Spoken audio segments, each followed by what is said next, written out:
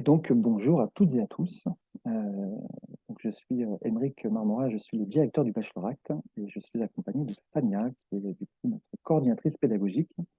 Et nous allons avoir le plaisir de vous présenter le Bachelor Act.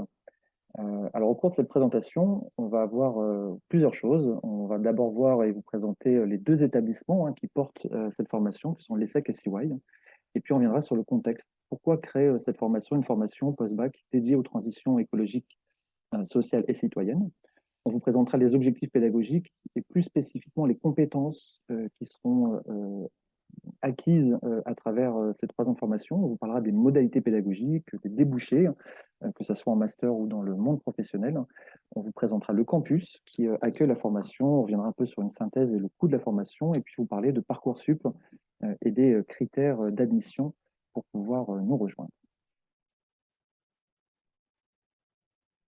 Avant ça, peut-être quelques mots sur nous, avec Fania. Est-ce que Fania, tu veux peut-être te présenter, dire quelques mots sur toi?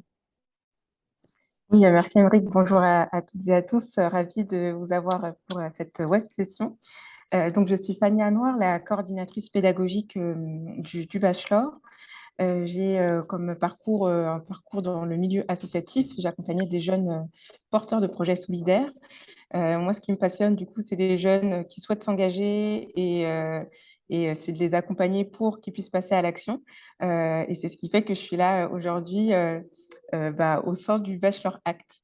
Voilà. Et du coup, j'aurai l'occasion de vous présenter un peu plus en détail avec Émeric ce qu'on propose dans cette merveilleuse formation. Alors, pour ma part, moi, je suis donc Aymeric Marmora. J'ai un parcours d'entrepreneur et de dirigeant associatif, d'entrepreneur plutôt dans le champ de l'économie sociale et solidaire, où j'ai monté, du coup, à la sortie de mes études, un incubateur pour accompagner des jeunes créateurs d'entreprises sociales. J'ai cofondé également La Ruche, qui est un espace de coworking pour entrepreneurs sociaux. Et j'ai dirigé pendant 10 ans Enactus France, qui est une association qui accompagne les jeunes partout en France à monter et réaliser des projets d'entrepreneuriat social et solidaire. Et j'ai rejoint l'ESSEC et CY Paris-Cergy Université il y a maintenant 1 an et demi pour porter la création de cette formation. Alors, à nos côtés, donc là, on est tous les deux avec Fania, on est voilà, la cheville ouvrière de cette formation, mais à côté de ça, on a les équipes de CY, les équipes de l'ESSEC qui sont aussi avec nous et qui portent cette formation à la fois dans les enseignements, mais aussi dans la partie administrative. Alors, peut-être pour vous dire un peu plus sur l'université, du côté CY. Oui, du coup, comme vient de le dire Émeric, le Bachelor Act est une formation co-créée et co-portée par CY, Cergy Paris Université, que je vais abréger en CY et l'ESSEC. Donc, CY, c'est voilà, un gros établissement universitaire qui regroupe en son sein plusieurs écoles, on va dire. Il y a notamment CY Design, CY Tech, une école d'art et humanité, etc. Donc, c'est vraiment un gros pôle et un pôle fort dans l'agglomération de Cergy, mais aussi qui a un rayonnement national et international. Comme vous le voyez sur la slide, c'est quand même 25 000 étudiantes et étudiants, 550 doctorants et doctorantes. Il y a 5 écoles doctorales, 1000 chercheurs et chercheuses avec 24 laboratoires et plus de 3500 diplômés qui sortent voilà, de CY par université, qui a vraiment un gros enjeu et qui a fait et un gros rayonnement et qui a fait le choix de s'allier avec l'ESSEC et pour, entre autres, créer cette formation qui est le Bachelor Act. Et Émeric, ton micro est coupé. On ne t'entend pas. Merci Fania, en effet, c'est mieux avec le micro allumé. Donc, aux côtés de CY, qui est vraiment une université pluridisciplinaire, on a du coup l'ESSEC. L'ESSEC est une école de management connue et reconnue, qui a été créée en 1907. Donc, c'est une longue institution et qui a aussi la particularité d'être un établissement sous forme associative et d'enseignement supérieur et d'intérêt général. C'est un établissement qui regroupe du coup 62 000 étudiants, ou plutôt alumni à travers le monde. Donc c'est tout un réseau de professionnels qui est voilà, très très bien structuré. Et les étudiants qui seront baccalauréats sont étudiants de l'ESSEC et donc ont accès à ce réseau d'alumni. C'est un établissement qui a qui est basé sur plusieurs campus, un campus à Cergy et puis un autre à La Défense, un campus à Rabat et puis un autre à Singapour. Et c'est à peu près 2000 diplômés chaque année. Et c'est aussi 245 universités partenaires. Et donc là, c'est aussi intéressant parce qu'à travers le Bachelor Act, on peut bénéficier de quelques-unes des universités partenaires justement de l'ESSEC. Sur l'ESSEC, on a un peu plus de 7000 étudiants chaque année. C'est un établissement aussi qui est très tourné vers l'international, avec beaucoup d'étudiants internationaux. Il y a aussi tout un pool d'enseignants-chercheurs, de docteurs en sciences de gestion, mais pas que, et qui, du coup, on travaille énormément la recherche, et donc on bénéficie aussi de toutes ces ressources académiques au sein du Bachelor Act. Et puis, c'est un établissement qui est également très tourné vers le monde de l'entreprise, plus de 500 entreprises partenaires. Et donc là aussi, c'est intéressant dans l'insertion professionnelle, dans la recherche de stages, voire d'alternance pour celles et ceux qui opteront pour cette voie. Alors, cette alliance entre un établissement privé, qui est l'ESSEC, et puis une université publique, qui est l'université de Cergy, date depuis 2017. Et donc, leur ambition à toutes les deux, à ces deux établissements, c'est vraiment de faire de l'Ouest francilien un établissement d'excellence, de renommée internationale, et qui a inscrit au cœur de sa stratégie les transitions écologiques et sociétales, que ce soit à travers les campus et la politique de campus, que ce soit à travers les enseignements délivrés aux étudiants, mais aussi à travers la recherche. Et donc, quelque part, la formation du Bachelor Act vient incarner cette alliance en ayant la toute première formation commune, finalement, à ces deux établissements. Donc ça, c'est pour le contexte un peu institutionnel. L'autre contexte qui nous amène à créer cette formation, et je passerai rapidement, mais si vous êtes là, c'est que vous avez cette sensibilité aussi. C'est un contexte qui est une évolution assez forte dans nos sociétés humaines, qui va être liée du coup au changement climatique. Le postulat qu'on fait, c'est que ce changement climatique, nous allons être dedans, il va transformer nos manières de vivre en société. Et donc, pour pouvoir à la fois le limiter l'impact du changement climatique, mais aussi pouvoir s'adapter à cette nouvelle évolution, ça va nécessiter un certain nombre de compétences. Des compétences qui vont se traduire par deux types de profils. Des profils qui vont être des experts, et on va avoir besoin d'experts qui vont porter la décarbonation de notre monde industriel, qui vont accompagner la transition de notre monde agricole et dans la manière de pouvoir produire. Ça va être des experts qui vont amener justement à transformer l'aménagement du territoire. Et on va aussi avoir besoin d'un autre type de profil qui sont plutôt des généralistes, c'est-à-dire des personnes, des professionnels qui vont porter en fait des compétences transverses et qui vont faire travailler ensemble justement des experts, qui vont être plutôt des ingénieurs, qui vont être des élus, qui vont être des chefs d'entreprise, qui vont être des militants associatifs. Et donc c'est vers ce deuxième type de profil que le Bachelor Act ambitionne justement de former des étudiants. C'est vraiment dans la capacité à conduire les changements et à faire travailler ensemble un certain nombre d'expertises. Et ça se traduit par des besoins de compétences au sein des organisations. Et donc, cette étude de Bordeaux nous indique que simplement dans les domaines du développement durable et de la RSE, mais plus généralement dans les métiers à impact, aujourd'hui, en fait, les managers sont en manque d'effectifs, sont en train de recruter, mais que les compétences dont il va y avoir besoin dans la transformation de notre société, de nos organisations, de nos entreprises, vont ne faire que s'accroître à l'avenir. Donc, c'est vraiment sur ce profil-là, c'est professionnel qui accompagne les transitions que le Bachelor Act s'est justement positionné. En partant du principe que l'engagement et de s'engager pour des causes qui nous tiennent à cœur, ça s'apprend, que ça nécessite des compétences, des savoir-être, des savoir-faire. Et c'est vraiment autour de ces savoir-être et savoir-faire que le Bachelor Act et la pédagogie s'est construit. Et du coup, le Bachelor Act, qu'est-ce que c'est? Quel est son objectif? Eh bien, c'est de former des étudiants pendant 3 ans à apprendre à conduire les transitions, donc ACT, à pouvoir passer à l'action et du coup avoir les compétences, savoir-être, savoir-faire, voilà, pour pouvoir passer à l'action et pouvoir faire évoluer les choses. Et en termes de compétences, justement, qu'est-ce qu'on apprend au Bachelor Act? Alors, première gros socle de compétences, c'est d'être capable d'analyser un système complexe à l'ère de l'Anthropocène, donc l'ère actuelle où l'activité humaine a un fort impact sur l'environnement et sur la société en général. Le deuxième gros socle de compétences, c'est d'être capable d'agir pour les transitions. Et le dernier grand socle de compétences, c'est d'identifier, de trouver sa voie et ce qui nous anime. Et à l'intérieur de chaque socle, je vais entrer dans les détails. Donc, si je reviens sur le premier, analyser un système complexe à l'ère de l'Anthropocène, en premier point, c'est d'abord de comprendre les enjeux des transitions. Et pour comprendre ces enjeux-là, nous, on part sur différentes échelles. À l'échelle du système Terre, donc là, ça va être notamment des cours et des apprentissages autour des limites planétaires, de la biodiversité, de la décarbonation, du lien entre le vivant et l'activité humaine. Et voilà, comment est-ce qu'on analyse ce système complexe à l'échelle du système Terre. C'est aussi les enjeux des transitions à l'échelle des sociétés et des organisations que ça a un impact. Et donc, ça va passer par des cours et des apprentissages en sociologie, en sciences politiques, en sciences des organisations, en aménagement du territoire, etc. Et puis, les transitions, c'est aussi un enjeu à l'échelle individuelle des individus. Et donc là, on aura des cours autour de la psychologie, des sciences cognitives, mais aussi de la philosophie, etc., etc. Donc voilà, comprendre les enjeux des transitions à ces différentes échelles pour être capable d'analyser ce système complexe actuel.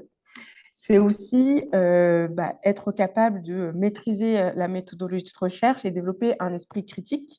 Et donc là, il y a des cours en méthodologie de recherche et d'enquête, en évaluation d'impact, communication, comment être capable de lire, analyser, décortiquer les discours autour des transitions, et puis aussi savoir comment mener un diagnostic pour ensuite faire des recommandations pertinentes derrière. Sur le deuxième grand socle de compétences, agir pour les transitions, ça va être de passer à l'action, donc de savoir concevoir et piloter un projet. Et donc là, ce sera des cours et des apprentissages liés à la gestion de projet, management de projet, créativité et design aussi, comment est-ce qu'on fait un business model, comment est-ce qu'on fait du fundraising, les fondamentaux du droit, comptabilité, marketing, etc. Agir pour les transitions, c'est aussi collaborer et décider ensemble. Et donc là, on aura des cours en intelligence collective, en gouvernance, en prise de décision, en communication non violente. Voilà, comment est-ce qu'on fait ensemble et comment est-ce qu'on collabore pour passer à l'action de manière fluide et efficace. Et enfin, troisième point, c'est écouter, s'exprimer et se faire entendre. Et donc là, les enjeux des transitions, c'est aussi être capable de porter des discours, de savoir argumenter, de savoir convaincre, de savoir rallier. Et donc, ça va passer par des cours de communication et de prise de parole en public. On organise des agoras aussi pour pouvoir défendre son point de vue, des cours de plaidoyer et d'influence, et aussi des cours de communication skills en anglais, pour être capable de s'exprimer aussi en anglais et au niveau international. Et enfin, troisième socle, qui est vraiment un socle à part entière au sein du Bachelor Act, trouver sa voie et ce qui nous anime, c'est d'abord apprendre à apprendre, parce que apprendre, ce n'est pas inné, et que dans Bachelor Act, c'est apprendre à conduire les transitions. Donc, c'est savoir comment est-ce qu'on apprend, savoir avoir un regard, une démarche réflexive autour de soi, ses méthodes d'apprentissage, mais aussi, je prends du recul sur ce que je suis en train d'apprendre pour m'améliorer par la suite. C'est aussi, je ne me rappelle plus du point numéro 2, mais il me semble que c'est apprendre à se connaître. Donc, ça va être des semestres et des séminaires qui sont organisés dans lesquels on invite les étudiants et on donne des méthodes pour avoir une démarche réflexive autour de soi. On travaille sur des outils comme l'Ikigai, par exemple, pour réfléchir à ce qui fait sens à l'intérieur et pour se connaître. Et puis, c'est aussi construire ses projets d'avenir au sens large, projets professionnels, mais pas que. Et donc là, pareil, il y a les stages, mais il y a aussi des ateliers pour construire ces projets d'avenir. Autour de tout ça, il y a un accompagnement individuel qui est proposé avec des coachs professionnels. Et chaque étudiant a un coach professionnel qui rencontre régulièrement pendant les 3 ans pour faire le point aussi sur ses avancées dans ce gros socle qui est trouver sa voie et ce qui nous anime. Vous trouvez à travers ce référentiel de compétences, en fait, vraiment toute la pluridisciplinarité du Bachelor Act. Euh, pour ça, et donc, ça nécessite une équipe, et une équipe qui soit justement pluridisciplinaire. Là, on vous a mis les enseignants qui sont seulement ceux du semestre 1. En fait, la pédagogie et le cursus pédagogique est articulé autour de semestres, chaque semestre ayant une grande thématique que je vous développerai juste après. Et donc, parmi les enseignants, on va avoir à la fois des ingénieurs, on va avoir des climatologues, on va avoir des sociologues, on va avoir des entrepreneurs, on va avoir des facilitateurs en intelligence collective. On va avoir des personnes qui sont plutôt en sciences de gestion, donc vraiment une grande diversité d'enseignants. Les deux points communs qu'ils vont avoir, c'est déjà leurs engagements pour ces sujets de transition, et puis c'est le fait d'avoir une connaissance très fine des sujets, soit par leurs enseignements de recherche et par la recherche qu'ils peuvent produire, soit par leur pratique dans le monde professionnel. Et donc on va voir ces deux types de profils, à la fois des chercheurs, mais aussi des praticiens qui du coup ont développé leur expertise et leurs compétences autour des transitions à travers leur pratique professionnelle. Toute la pédagogie qu'on a et qu'on met en œuvre à travers le baccalauréat, c'est une pédagogie dite active. L'objectif est de faire en sorte que les enseignements qui seront délivrés dans le baccalauréat ne soient pas décorrélés de l'expérience. Et donc, il y a un certain nombre de terreaux, de terrains, justement, d'expérimentation pour que les connaissances acquises se transforment en compétences, c'est-à-dire qu'elles soient réutilisées en situation et en situation professionnelle et professionnalisante. Donc pour ça, chaque semestre va être organisé sous forme de thématique. Le premier semestre, hein, celui dans lequel nos premiers étudiants sont en train de vivre actuellement, va plutôt être dédié à l'initiation aux transitions. Donc on travaille beaucoup autour du constat. Et là, on a de multiples projets qui sont beaucoup des projets en équipe. Voilà, que les étudiants sont en train de mener, de tester. Donc, ils apprennent à travailler ensemble, ils apprennent à s'organiser. Et puis, ils travaillent beaucoup autour des constats, à la fois des constats sur le changement climatique et la biodiversité, mais aussi sur l'impact que ça a sur les sociétés, que ce soit les inégalités ou notre manière de vivre ensemble. On passe au deuxième semestre. Le deuxième semestre, là, les étudiants vont répondre à une commande qui est faite par une collectivité locale. En l'occurrence, à partir de janvier, ça va être le territoire de Cergy-Pontoise et l'agglomération de Cergy-Pontoise qui va poser une question sur comment accompagner les habitants et plus particulièrement les étudiants du territoire à transitionner dans leur mode de vie.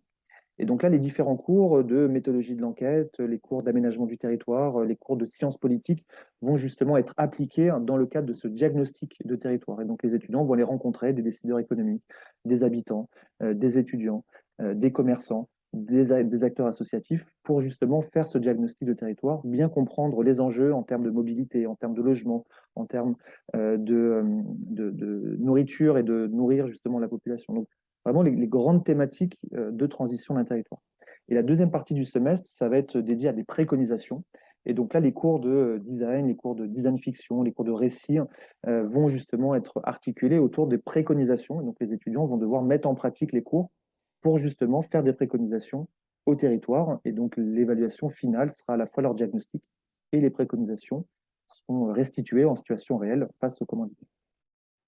Semestre 3, on va travailler autour d'une mobilisation citoyenne, qui est un exercice difficile. C'est comment est-ce qu'on fait pour activer un certain nombre de personnes à grande échelle autour d'une cause sociale et environnementale. Et donc pour ça, les étudiants vont devoir déjà analyser la cause, comprendre quelles sont les stratégies d'influence qui existent, comprendre comment est-ce qu'on mène un plaidoyer, comprendre comment est-ce qu'une loi fonctionne et comment est-ce qu'on fait pour pouvoir faire des amendements.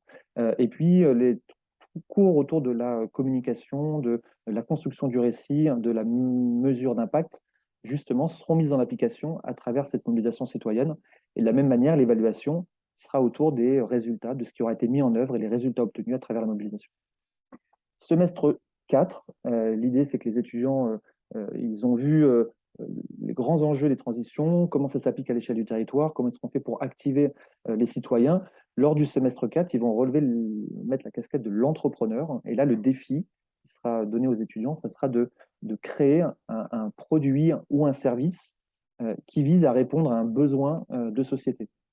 Et donc, de la même manière, les cours de design, hein, design de services, design d'objets, les cours de comptabilité, les cours de marketing, les cours de droit prendront du sens et un applicatif à travers ce projet de création d'une entreprise sociale. Et le défi qui sera fait, c'est de ne pas le faire de manière fictive, de ne pas le faire seulement sur PowerPoint, mais de le faire dans la vraie vie. Donc, on demandera aux étudiants de prototyper, d'expérimenter, de mettre en place leurs idées, leurs produits, leurs services et de pouvoir en évaluer les premiers résultats. Semestre 5, on poussera ou on invitera, ça dépend comment, comment on le prend. En tout cas, les étudiants seront invités à partir à l'étranger. Ça peut se traduire soit par un échange universitaire, et donc dans une de nos universités partenaires, que ce soit en Amérique du Sud, que ce soit en Amérique du Nord, que ce soit en Europe, en Asie. Voilà, il y a différents partenariats qui se sont tissés pour permettre aux étudiants de poursuivre un semestre à l'étranger dans une université partenaire ou de pouvoir le faire autour d'un stage dans une entreprise ou une organisation à l'international ou de pouvoir mener un projet personnel à l'étranger. Et puis le dernier semestre, semestre 6, on va réatterrir autour des organisations. Et donc là, l'idée, c'est de travailler autour d'une recherche-action sur un projet de transformation d'une organisation et de voir concrètement en fait comment à l'échelle d'une organisation, d'une entreprise, d'une association, d'une collectivité, comment est-ce qu'on se transforme au regard des grands bouleversements qui viennent. Et donc de la même manière, ça se fait en situation réelle. Et donc là, les cours seront autour de l'accompagnement au changement. En parallèle à ça, ou en plus de ça, il y a un terrain qui est aussi celui d'explorer les organisations à travers des stages. Oui, effectivement, il y a une grande place accordée à l'expérience professionnelle aussi, avec des stages entre 10 et 16 mois de stage. L'idée, c'est qu'à la fin de chaque année, il y ait une période de stage pour les étudiants. Stage, on a mis de 3 à 4 mois parce que là, par exemple, pour cette première année, les étudiants partent en stage en mai et puis peuvent décider de finir leur stage fin juillet ou de poursuivre jusqu'à fin août. C'est en fonction de s'ils veulent se prendre des vacances ou pas. Et donc voilà, pour la première et la deuxième année, 3 à 4 mois de stage. Pour la troisième année, le cinquième semestre, expérience à l'international, comme le disait Émeric juste avant, cette expérience peut être un stage à l'étranger. Voilà. Et donc, ce sera possible de le faire au cinquième semestre. Et puis, le stage de fin d'études, qui est un stage de 4 mois. On a mis en petit astérix la possibilité de faire la troisième année en alternance. Alors, ce n'est pas alternance sous un format 2 jours en cours, 3 jours en entreprise. C'est le format d'alternance et par bloc de période. Donc, le cinquième semestre, donc de troisième année, cinquième semestre en entreprise.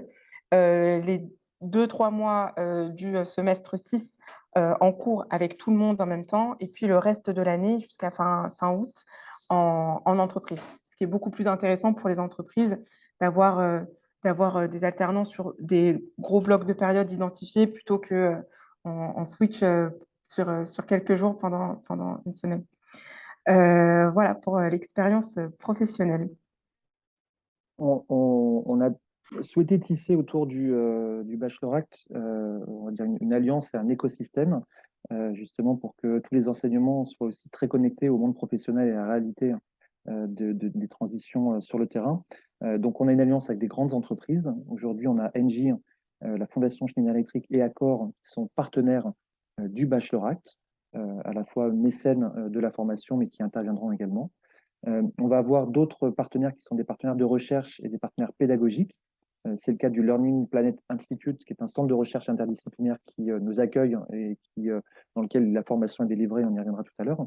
Le Campus de la Transition, qui est aussi un organisme de recherche et d'enseignement autour des transitions, et puis ABC Compétences, ABC Carbone, qui est l'association de référence sur le bilan carbone, qui vient aussi délivrer des enseignements. On va avoir d'autres alliances avec des organisations à impact et puis avec des collectivités, justement pour pouvoir offrir des terrains d'expérimentation, des terrains de témoignage, de retour de pratique, pour que justement ces enseignements soient vraiment corrélés avec ce qui se passe aussi très concrètement sur le terrain. En synthèse. Alors, en synthèse, le Bachelor Act. Donc, le but, c'est de former des professionnels engagés à conduire des projets au service des transitions écologiques, citoyennes et sociétales.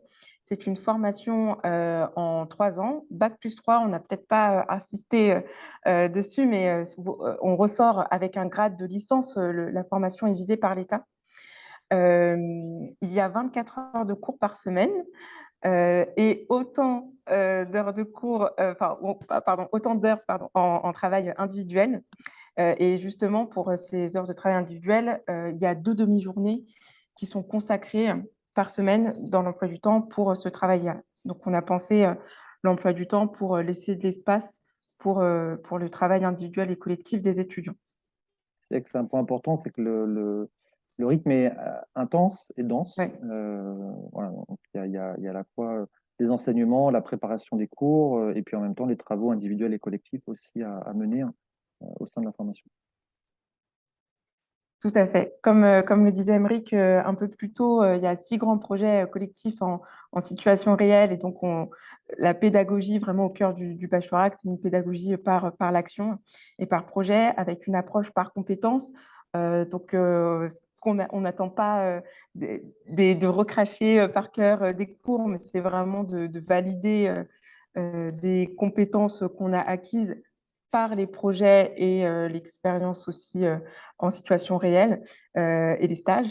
Il y a une évaluation en contrôle continu et en rendu de projet, du coup, ce que ça implique derrière. Ça veut dire Et pas de partiel, en fait, on ne fonctionne pas sur ouais, du partiel, on ne demande pas aux étudiants de restituer absolument des connaissances acquises et de la mémorisation de connaissances absolument, en général, qu'on retient pour le partiel et qu'on oublie après. Par contre, on va vraiment évaluer comment est-ce qu'ils traduisent les connaissances acquises, du coup, à travers les projets qui seront menés. Et donc, c'est là où le switch dans les évaluations va vraiment s'orienter sur les compétences, avec cette idée aussi qu'on progresse tous différemment, et donc il y en a certains qui vont progresser rapidement sur un certain nombre de compétences, d'autres ça prendra plus de temps, et donc on démultipliera, ou en tout cas ils seront différentes mises en situation pour justement augmenter cette acquisition de compétences. On y reviendra si vous avez des questions sur ce point.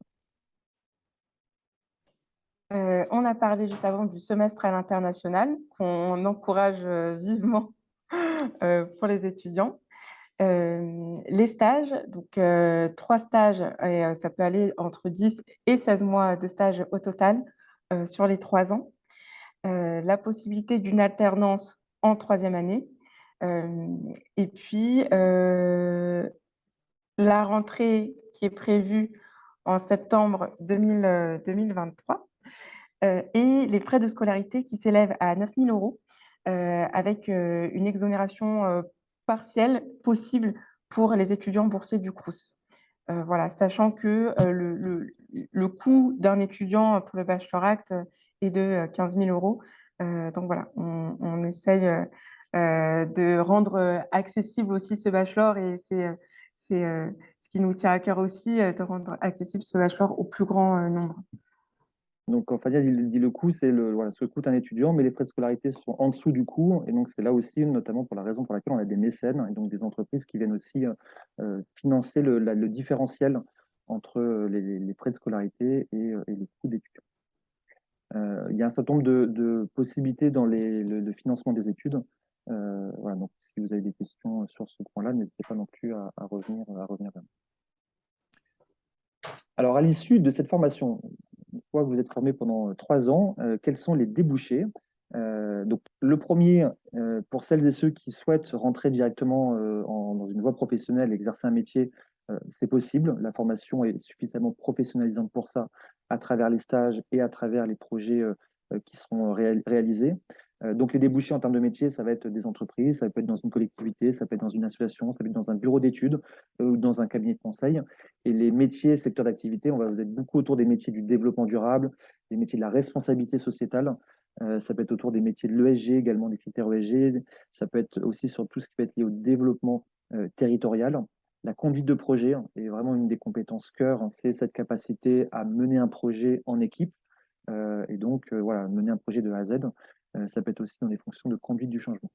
Première possibilité, donc, exercer directement un métier. Et puis, l'autre possibilité, ça va être de poursuivre en master. Et puis, comme la particularité de la formation, c'est d'être pluridisciplinaire, du coup, vous avez un choix de master qui est assez ouvert. Ça peut être de poursuivre dans un master en management, en innovation, en entrepreneuriat à l'ESSEC ou dans une autre école de management. Ça peut être de poursuivre sur des sciences sociales, donc de la sociologie, des humanités dans une université. Ça peut être de poursuivre en master en économie sociale et solidaire. Ça peut être sur la médiation culturelle. Ça peut être sur des sciences de l'environnement. Ça peut être sur un master de design également. Donc vraiment, la formation est construite pour qu'à l'issue des 3 ans, et on sait bien que déjà après le bac, c'est pas toujours évident de choisir une formation. On n'a pas forcément envie de se voilà, spécialiser tout de suite sur un métier. Et donc, cette formation, par sa pluridisciplinarité, finalement, ouvre un certain nombre de possibilités. Et l'accompagnement individuel qu'on fait à travers justement la formation est aussi de guider les étudiants dans le choix de la poursuite d'études.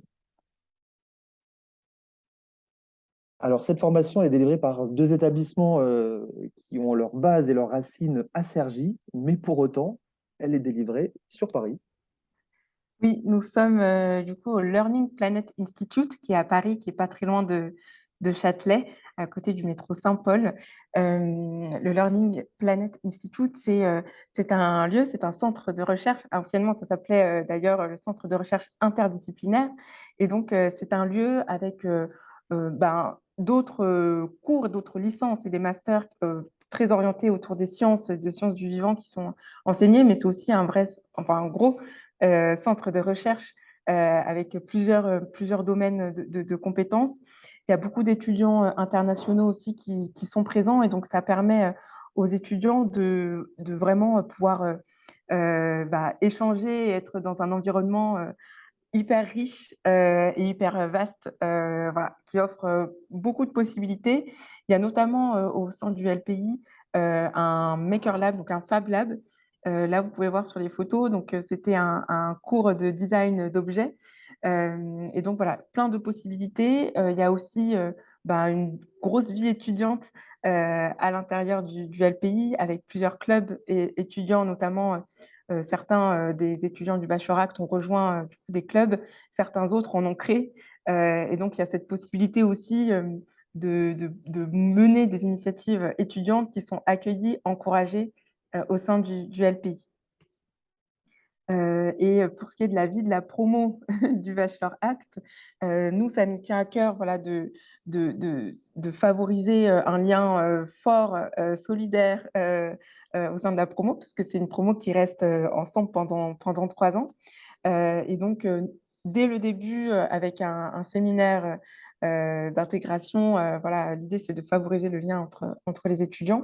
Et puis, comme vous pouvez le voir, entre eux, ils s'organisent aussi. Il y a un BDE qui s'est constitué, des événements qui sont créés, des événements aussi solidaires. Voilà, en bas à gauche, c'était pour la journée, une journée organisée dans le cadre de l'Octobre Rose. Donc voilà, c'est un beau gros groupe qui s'est constitué et nous, ça nous tient à cœur aussi de favoriser ces liens-là. Voilà, et ça fait partie intégrante de notre accompagnement au sein du bachelor. Alors, qui sont les étudiants qui rejoignent, qui rejoignent le Bachelor Act? Euh, on va voir des lycéens qui sont en terminale, en filière générale ou filière technologique, et quelles que soient les options. Ça, c'est important, c'est qu'en effet, comme on a une pluridisciplinarité, à la fois de l'économie, à la fois des sciences, à la fois des sciences sociales, et donc on retrouve cette diversité aussi dans les profils des étudiants. Et donc, voilà, quelle que soit l'option que vous avez faite, en fait, il n'y a pas de sélection sur Parcoursup via les options. C'est aussi accessible à des étudiants qui sont en réorientation. Et donc, on a le cas d'étudiants qui ont fait une première année de licence de droit, par exemple, ou une autre, et qui ne se sont pas retrouvés dans cette formation. Et donc, qui peuvent aussi rejoindre. Donc, c'est tout à fait possible de rejoindre la formation après une première année post-bac. Point commun, c'est la motivation pour l'écologie, la citoyenneté ou les enjeux sociaux. Et vraiment, ça, c'est ultra important et on va étudier bien ça dans les candidatures, dans les entretiens individuels. J'y reviendrai après sur ce niveau de motivation-là, parce que pendant 3 ans, c'est vraiment au cœur de la formation. Et puis, on va regarder à la fois le dossier scolaire, hein, bien entendu, le niveau académique, mais pas que. Ce sur quoi on va être aussi très attentif, c'est les différents engagements que vous avez pu prendre pendant votre collège, pendant votre lycée, et des engagements qui peuvent être au sein de votre établissement, en ayant pris une responsabilité particulière, en ayant voilà, pris une fonction de délégué, des co-délégués ou autre. que ce soit en dehors de l'établissement, à travers une activité régulière, que ce soit sportive, que ce soit artistique, que ce soit associative, que ce soit peut-être dans votre ville, ou que ce soit au sein de votre famille, parce que dans le contexte familial qu'est le vôtre, vous avez pris aussi une responsabilité peu commune qu'on ne retrouve pas forcément ailleurs, et là aussi, c'est à valoriser.